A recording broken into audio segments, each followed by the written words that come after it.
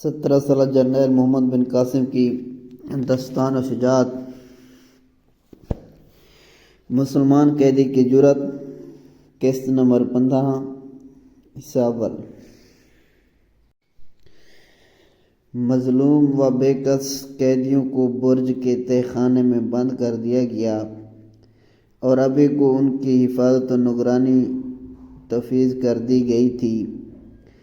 اس میں شک نہیں کہ ابھی نیک دل انسان تھا، لیکن پنڈت و اعلیٰ طبقے کے ہندو شودروں اور اچھوتوں یعنی نیچ ذاتوں، بھنگی، چمار، کولی، دھوبی وغیرہ سے اس درجہ بچتے تھے کہ کیا مجال جو ان کا سامنا بھی ہو جائے۔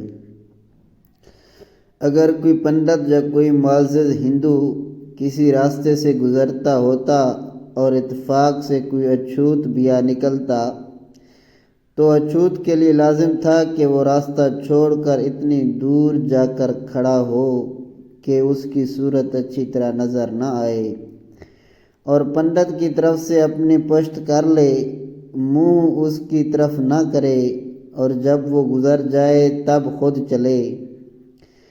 اگر کوئی بدبخت اچھوت اس کے برخلاف کرتا تھا تو اسے سزائے موت دی جاتی تھی۔ ہندو اور پنڈت مسلمانوں کو بھی ایسا ہی سمجھتے تھے اور اس وقت بھی سمجھتے ہیں۔ کیا مجال ہے کہ کوئی ہندو کسی مسلمان کے برتن یا کھانے پینے کی چیز کو چھو دے؟ مگر آج کل کے مسلمان ایسے بے حس ہو گئے ہیں کہ وہ اپنی اس ذلت کی پرواہ تک نہیں کرتے۔ اگر سودا لیں گے تو ہندو سے جس کے قریب بھی کھڑے نہیں ہو سکتے، بھنگی کی طرح سے الگ کھڑے رہتے ہیں، اور ہندو دکاندار اس طرح سے سودا دیتا ہے کہ اس کا ہاتھ میاں جی کے ہاتھ کو کیا، میاں جی کے ہاتھ کی ہوا تک بھی اس کے ہاتھ کو نہ جائے۔ کیا ہمارے لیے یہ قابل شرم کی بات نہیں ہے؟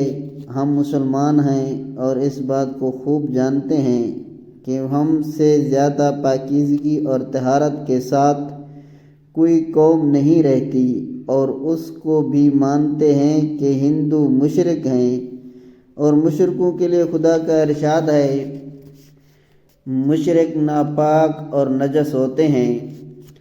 ہم ایک ایسے شخص سے جو ہمارے عقیدہ کے مطابق ناپاک ہے چیز لے کر کھانا مناسب سمجھتے ہیں، اور اپنے بھائی مسلمان سے خریدنا برا سمجھتے ہیں، حالانکہ ایک ناپاک کے ہاتھ کی بنائی ہوئی چیز بھی ناپاک ہی ہوگی۔ اور کیا ناپاک چیز کا کھانا جائز ہے؟ مت خیال کرو اس بات کا کہ مسلمان کم دیتے ہیں یا چیز اچھی نہیں دیتے۔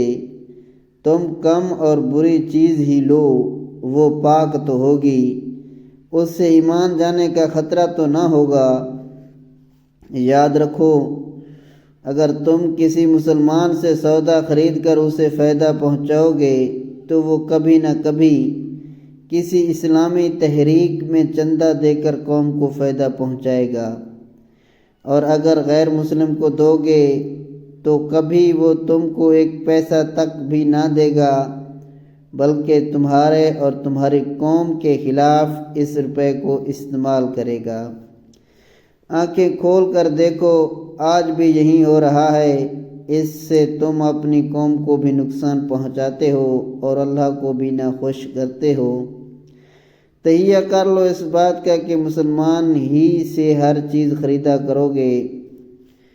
چونکہ ابھی بھی ایک پنڈت تھا، اس لیے وہ بھی مسلمانوں سے اسی طرح سے پرہیز کرتا تھا جیسا کہ وہ بھنگیوں اور چمادروں سے پرہیز کرتا تھا، مگر باوجود اس کے بھی وہ مسلمانوں کے ساتھ نہایت لطف و مہربانی سے پیش آتا تھا، اور ان کو حتی الامکان کسی قسم کی تکلیف نہ ہونے دیتا تھا، لہذا مسلمان بھی اس کے مشکور و ممنون تھے۔ جب ایک روز وہ مسلمانوں کے پاس پہنچا تو اس نے دیکھا کہ وہ نماز پڑھ رہے تھے۔ وہ ایک طرف نہایت سکوت سے بیٹھ گیا، اور جب وہ نماز سے فارغ ہو گئے تب اس نے کہا، یہ تمہارے نماز پڑھنے کا طریقہ میری سمجھ میں نہیں آیا ہے، آخر تم کسے سجدہ کرتے ہو؟ ان میں سے ایک بزرگ کا نام زید تھا، اس نے کہا ہم خدائے لم یزک کو سجدہ کرتے ابھی مگر خدا کی صورت یا تصویر کہاں ہے؟ زید: چونکہ خدا کو کسی نے نہیں دیکھا اس لیے اس کی تشبیہ کون بنا سکتا ہے؟ اس کے علاوہ خدا مجسم نہیں ہے اور وہ ایک پیکر نور ہے۔